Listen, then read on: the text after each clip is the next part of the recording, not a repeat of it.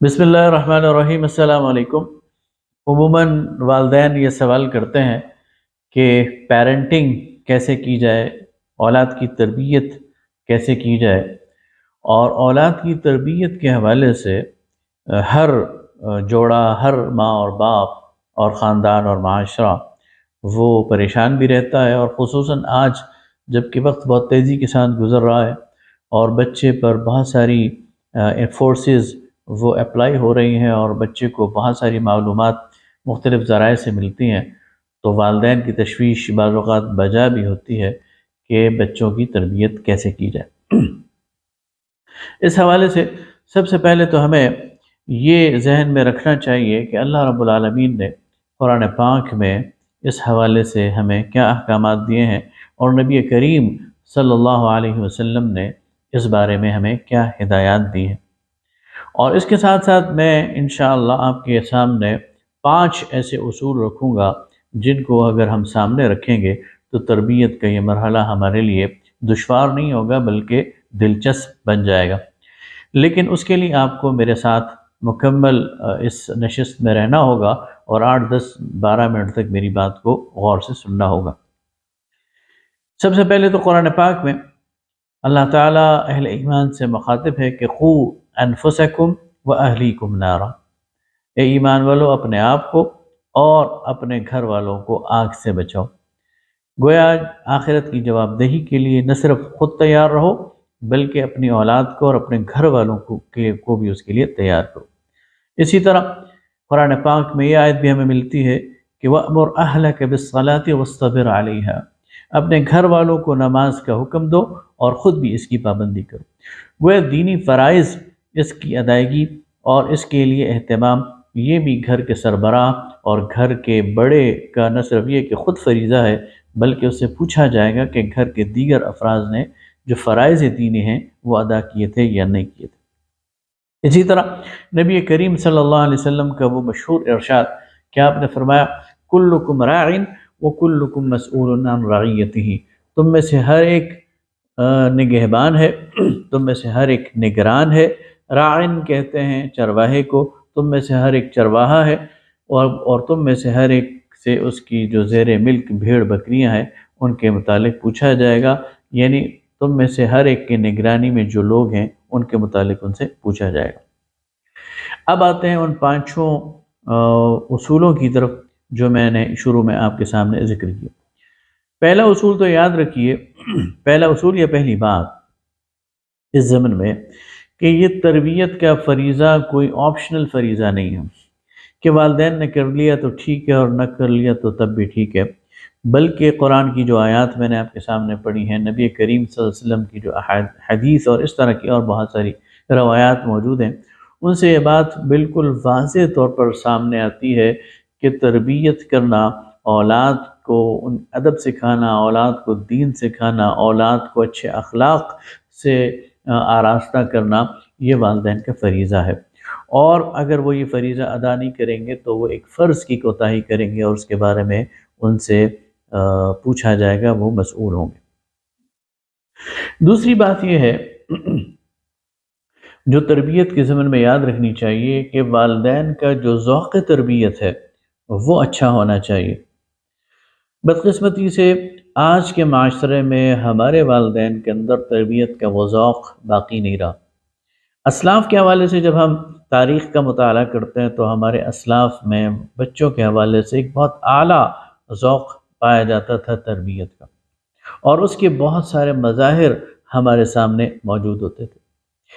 آپ دیکھیں کہ جب کسی بڑے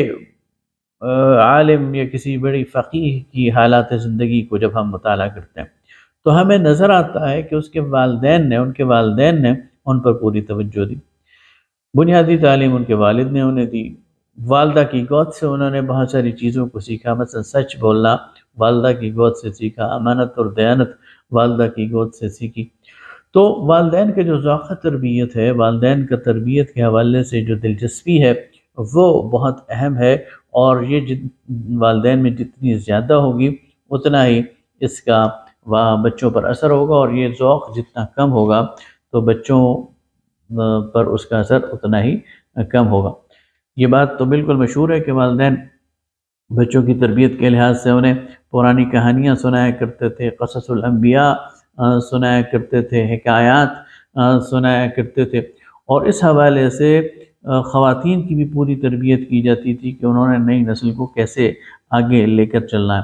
اور یہاں تک احتیاط کی جاتی تھی کہ بعض جو فقہاء ہیں اور بعض ائمہ امت ہیں ان کی والداؤں کے متعلق یہ آتا ہے کہ بچپن میں ان کو دودھ پلانا پڑتا تھا تو باوضو ہو کر دودھ پلاتی تھیں۔ تیسری بات وہ یہ ہے کہ جو تربیت کا عمل ہے یہ حساس نوعیت کا ہے اور بہت ہی صبر آزما عمل ہے، بالکل ایک آرٹسٹ کی طرح۔ جس طرح ایک مصور ایک تصویر بناتا ہے تو وہ رنگوں کا انتخاب کرتا ہے، وہ پورا سکیچ بناتا ہے، پھر اس میں بہت احتیاط سے رنگ بھرتا ہے، اور کسی ایک رنگ کی کمی اور کسی ایک رنگ کی زیادتی وہ ساری کی ساری تصویر کا بیڑا غرق کر دیتی ہے۔ اسی طرح وہ آڑے ترشے برش نہیں لگاتا بلکہ بڑی نزاکت کے ساتھ ایک ایک رنگ کو تصویر میں شامل کرتا ہے۔ بالکل اسی طرح بچہ وہ ایک بالکل سفید سلیٹ کی طرح اور سفید کاغذ کی طرح اور ایک سفید تختی کی طرح والدین کے سپرد کیا جاتا ہے، اور اس بچے کے اندر جتنے رنگ بھرنے ہوتے ہیں وہ والدین نے بھرنے ہوتے ہیں۔ اب اگر وہ اس حساسیت کو سامنے نہیں رکھیں گے، وہ اس کے لیے صبر اور حکمت کا دامن چھوڑ دیں گے اور اس میں وہ کسی بے صبری کا مظاہرہ کریں گے، اور ساتھ ہی ساتھ وہ کسی جبر کا عنصر شامل کر دیں گے، کسی سختی کا عنصر شامل کر دیں گے، ڈانٹ ڈپٹ کا عنصر شامل کر دیں گے، تو اس کے نتیجے میں بچے کی ذہنی ساخت پر بھی اثر پڑے گا، بچے کی نفسیاتی ساخت پہ بھی اثر پڑے گا، اور بچہ دائمی طور پر ایسے عوارض میں مبتلا ہو جائے گا اور ایسی کمیوں اور کمزوریوں میں مبتلا ہو جائے گا اور ایسی نفسیاتی کمزوریوں میں اور محرومیوں میں مبتلا ہو جائے گا کہ پھر ساری زندگی اس کی جان نہیں چھوٹے گی۔ لہذا تربیت کا یہ عمل یہ ایک دن کا عمل نہیں ہے، اس کے لیے تو سالوں درکار ہوتے ہیں، اور خاص طور پر جو بچہ ہے ایک دن کے بچے سے لے کر اور 14-15 سال کے بچے تک، یہ جو پہلے 15 سال ہیں یہ تربیت کے حوالے سے بہت ہی صبر آزما سال ہے۔ اس میں بہت صبر کے ساتھ ایک ایک قدم چلتے ہوئے اور ایک ایک رنگ بچے پر مرتسم کرتے ہوئے اور ایک ایک ادا کو اس کے سنوارتے ہوئے بہت ہی صبر کے ساتھ والدین کو یہ وقت گزارنا پڑتا ہے، اور اس میں کسی بے صبری اور جلد بازی اور کسی بھی سختی کے نتیجے میں بچے کا وہ پورا سکیچ ہی بدل جاتا ہے اور تربیت کا وہ سارا کا سارا کام وہ تباہ اور برباد ہو جاتا ہے۔ چوتھی بات تربیت کے حوالے سے یاد رکھنی چاہیے کہ تربیت کا یہ عمل یہ ترتیب کا تقاضا کرتا ہے اور یہ ترجیحات کے تعین کا تقاضا کرتا ہے۔ میں اپنی بات کو ذرا اگر آسان انداز میں کہنا شروع کر دوں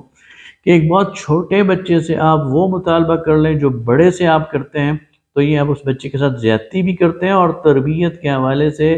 آپ اس پر ایک ایسا بوجھ ڈال رہے ہیں جو اللہ نے اس پر نہیں ڈالا، اور اس کے نتیجے میں اس بچے کو ایک ناقابل تلافی نقصان پہنچانے کی کوشش کرتے ہیں۔ لہٰذا بچے کی تربیت کے حوالے سے اس کی ذہنی استعداد کو سامنے رکھنا، اس کی عمر کو سامنے رکھنا، ارد گرد کے ماحول کو سامنے رکھنا، اس کے مطابق ترجیحات کے تعین کو کرنا یہ بڑا ضروری ہے۔ ایک چھوٹا بچہ وہ بعض اوقات کھیل میں دلچسپی لیتا ہے، وہ بعض اوقات کھلونوں میں دلچسپی لیتا ہے، وہ بعض اوقات کھانے پینے کی چیزوں میں دلچسپی لیتا ہے، اور آپ اسے توقع کریں کہ وہ ایک بڑے کی طرح بیہیو کرے اور وہ شرارت نہ کرے اور وہ کوئی غلطی نہ کرے اور اس سے کوئی مس ہیپ نہ ہو جائے، وہ کسی چیز کو توڑ نہ دے، وہ کسی چیز کو خراب نہ کر دے، تو اس کا مطلب یہ ہے کہ آپ بچے کی نفسیات سے بھی واقف نہیں ہیں، آپ تربیت کے مراحل سے بھی واقف نہیں ہیں، اور آپ اس ترتیب کو بھی نظر انداز کر رہے ہیں جو بچے کی تربیت کے حوالے سے بڑی ضروری اور بڑی اہم ہے۔ لہٰذا ترجیحات کا تعین کہ بچے کی نفسیات کے حوالے سے اب یہ کام اس کے کرنے کے قابل ہے، اسے کرنا چاہیے۔ دیکھیں نماز کے حوالے سے نبی کریم صلی اللہ علیہ وسلم نے فرمایا کہ جب بچے کی عمر 7 سال ہو تو اسے نماز پڑھنا سکھاؤ، اور جب اس کی عمر 10 سال ہو تو اسے نماز پر پابند کرو۔ اب اس میں بہت خوبصورت بات کی گئی ہے کہ 7 سال میں بچے کی ذہنی اور جسمانی کیفیت اس قابل ہو جاتی ہے کہ وہ نماز سیکھنے کے قابل ہو جاتا ہے۔ اب اگر آپ ایک 3 سال کے بچے کو یا 2 سال کے بچے کو نماز سکھانا شروع کر دیں تو وہ آپ اس پر اس کی عمر سے زیادہ برڈن ڈال رہے ہیں۔ اس کے بہترین طریقہ یہ ہے کہ آپ اگر مرد ہیں تو ظاہر ہے آپ باجماعت نماز پڑھتے ہیں، لیکن نماز پڑھنے کے لیے بچے کو ساتھ لے جائیں، یا اگر گھر پر نماز پڑھ رہے ہیں تو ساتھ جا نماز پر بٹھا دیں، بس یہی کافی ہے۔ وہ آپ کو نماز پڑھتے ہوئے دیکھے گا تو خود ایسی حرکتیں شروع کر دے گا، کبھی قیام کرے گا، کبھی رکوع کرے گا، کبھی سجدہ کرے گا، یہی اس کی تربیت ہے، یہی تربیت ہو رہی ہے۔ اس سے زیادہ کا نہ وہ یعنی بار اٹھا سکتا ہے، نہ اس پر وہ بار ڈالا جانا چاہیے، اور نہ اس کو اس کے حوالے سے کوئی زیادہ ایکسٹرا سینسیٹیو کرنا چاہیے کہ اوہو تمہارا تو وضو نہیں ہے، اوہو تم نے تو، حالانکہ اسے پتہ ہی نہیں ہے کہ وضو کیا چیز ہے، اسے پتہ ہی نہیں ہے کہ طہارت کیا چیز ہے، پاکیزگی اور نجاست کیا چیز ہے۔ لہٰذا ایسے بچوں پر وہ بار ڈالنا یہ ترجیحات کے لحاظ سے ایک غلط ترجیح ہوگی، اور اس کے نتیجے میں بچہ جو ہے وہ بدک بھی سکتا ہے، ایک نیگیٹو ایفیکٹ بھی لے سکتا ہے، اور ایک غلط راستے میں بھی جا سکتا ہے۔ لہٰذا یہ بات کہ بچوں کی نفسیات کو، بچوں کے عمر کو، ارد گرد کے ماحول کو سامنے رکھ کر بچوں کی تربیت اور اس میں ترتیب کا خیال رکھا جائے، یہ چوتھی بات۔ پانچویں بات یہ ہے کہ تربیت خلا میں نہیں ہوگی، یاد رکھیے تربیت خلا میں نہیں ہوگی۔ آپ میں کوئی چیز نہیں ہے اور آپ چاہتے ہیں وہ آپ کے بچوں میں آ جائے، یہ بہت مشکل کام ہے، بلکہ ناممکن کام ہے۔ آپ جھوٹ بولتے ہیں اور آپ کہیں کہ آپ کے بچے سچ بولنا شروع کر دیں تو سمجھ لیجئے ناممکن ہے۔ آپ نماز نہیں پڑھتے اور آپ سمجھتے ہیں کہ آپ کے بچے نماز پڑھنا شروع کر دیں تو سمجھ لیجئے کہ ناممکن کام ہے۔ آپ لوگوں کو دھوکہ اور فراڈ دیتے ہیں اور آپ کہتے ہیں کہ آپ کے بچے وہ اس سے بچ جائیں۔ آپ نشہ کرتے ہیں اور آپ کہتے ہیں کہ آپ کے بچے اس سے بچ جائیں، تو شاید وہ آپ کے سامنے نہیں کریں گے، لیکن کہیں نہ کہیں ان کی ذہن کے اندر، ان کی نفسیات کے اندر، ان کی شخصیت کے اندر یہ چیزیں سرایت کر جائیں گی، اور جب انہیں موقع ملے گا وہ کام شروع کر دیں گے۔ اس لیے بچوں کی تربیت سے سب سے پہلے لازمی ہے کہ آپ اپنی تربیت کریں، خود اپنے لیے ترجیحات متعین کریں، خود اپنے لیے طے کریں کہ اب جھوٹ نہیں بولنا، خود اپنے لیے طے کر لیں کہ کسی کو دھوکہ نہیں دینا، خود اپنے لیے طے کر لیں کہ ایک پازیٹیو زندگی گزارنی ہے، خود اپنے لیے طے کر لیں کہ بلند مقاصد کے لیے ایفرٹس کرنی ہے، محنت کرنی ہے، جدوجہد کرنی ہے۔ اگر آپ خود محنت کرنے کے عادی نہیں ہیں، اگر آپ خود صبح اٹھنے کے عادی نہیں ہیں، اگر آپ خود مشقت کر کے اپنے لیے رزق حلال کمانے کے عادی نہیں ہیں، تو آپ کو اپنی اولاد سے توقع نہیں کرنی چاہیے کہ وہ ان اوصاف سے متصف ہوگی۔ لہٰذا اپنے اندر وہ صلاحیتیں پیدا کر کے، اپنے اندر وہ خوبیاں پیدا کر کے، جب آپ اپنی اولاد کے سامنے ایک عملی نمونہ رکھیں گے تو آپ کی اولاد اس پر چلے گی اور اس کے مطابق وہ پھر عمل کرے گی۔ آپ کے گھر کا ماحول بہت میٹر کرتا ہے۔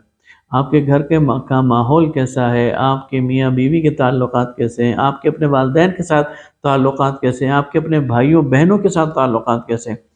اگر اس میں رسپیکٹ موجود ہے، اگر اس میں حقوق کی ادائیگی موجود ہے، اگر اس میں ایک دوسرے کا باہمی احترام موجود ہے، ایک دوسرے کا خیال رکھنا موجود ہے، مریضوں کی عیادت موجود ہے، خبر گیری موجود ہے،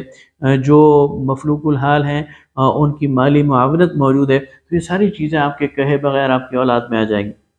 لیکن اگر آپ کا اپنے بھائیوں اور بہنوں کے ساتھ تعلق انتہائی خراب ہے، یا اس میں کشیدگی ہے، یا اس میں گالم گلوچ ہے، یا اس میں گلے اور شکوے ہیں، تو آپ کے بچوں کے اندر بھی یہ چیزیں آ جائیں گی۔ اگر آپ کا آپس میں تعلق میاں بیوی کا ٹھیک نہیں ہے، بچوں کے اندر یہ چیزیں آ جائیں گی۔ آپ کا اپنی اولاد کے ساتھ رسپانس ٹھیک نہیں ہے، آپ ان کی خدمت نہیں کرتے، آپ کے بچے بھی ان کی ٹیک کیئر نہیں کریں گے۔ لہٰذا پانچویں بات یہ یاد رکھنی چاہیے کہ بچے آپ کا عکس ہیں، بچے آپ جیسا بننے کی کوشش کریں گے، اور آپ اچھا ہوں گے تو وہ اچھے ہوں گے، اور آپ برے ہوں گے تو وہ برے ہوں گے۔ لہٰذا بچوں کی تربیت یہ ایک ایسا عمل ہے کہ جو کنٹینیوس ہے، یعنی لائف لانگ ہے، اور اس پر ایک قدم قدم چلتے ہوئے یہ کام کرنا ہوگا۔ اور آخری بات یہ ہے کہ یہ سارے کام کرتے ہوئے اللہ تعالیٰ کی تائید و نصرت اور اللہ تعالیٰ سے دعا یہ بڑی ضروری ہے۔ اور قرآن پاک میں 2 جگہ خاص طور پر اس وقت جو ریفرنس میرے ذہن میں آ رہا ہے، سورہ کہف میں اللہ تعالیٰ بتاتا ہے کہ جو والدین صالح ہوتے ہیں،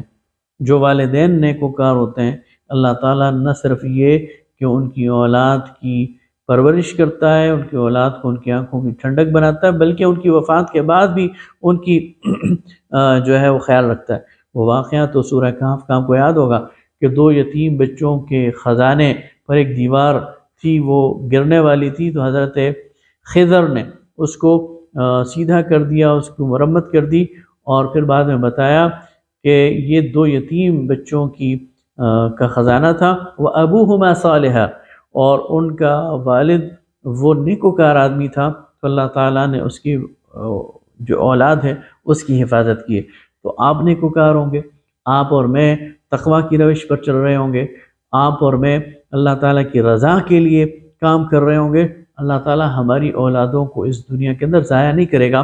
اور ہمارے بعد بھی ان کا خیال رکھے گا اور ان کا اچھا رکھے گا، اور ان کو اس دنیا کی نعمتوں سے اور راحتوں اور برکتوں سے مستفید کرے گا۔ لہٰذا یہ ایک ایسا عمل ہے کہ جس میں اللہ تعالیٰ کی تائید و نصرت، اللہ تعالیٰ کی رضا، اس سے مستقل مانگنا، اس سے اس راستے میں